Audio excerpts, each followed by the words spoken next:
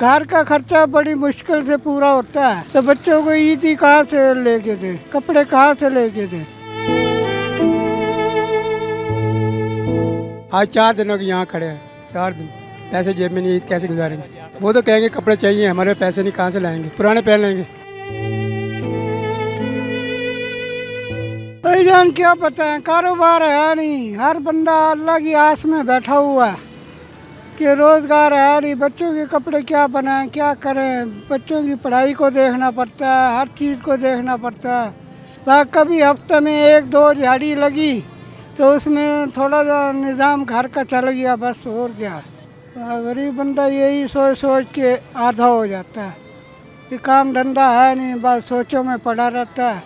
बिल्कुल, वो तो तंग करते हैं, वो तो मांगते हैं कि हमें दो कपड़े नए ला के दो, हम कहाँ से लेके दें, कारोबार हो फिर तो हम ले दें। अब घर का खर्चा बड़ी मुश्किल से पूरा होता है, तो बच्चों को ईदी कहाँ से लेके दें, कपड़े कहाँ से लेके दें। आज 4 दिनों के यहाँ खड़े हैं, 4 दिन पैसे जेब में नहीं, ईद कैसे गुजारेंगे।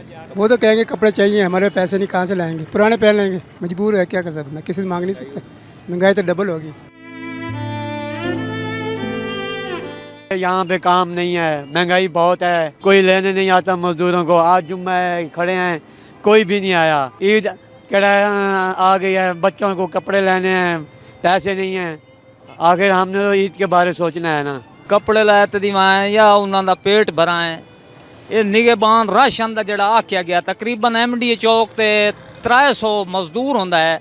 एक दूजे तो पुछते रहे वही किसे एक बंदे का ही नहीं निकलिया। सारे बंदे सारा दिन बैठ बैठ के परेशान हैं, मजदूर बेचारे क्या करें, कोई रोज़ी नहीं लग रही। ईद मने साए अल्लाह दी ज़ात दे जिम्मे उस जो वादा किया है निभाई साए।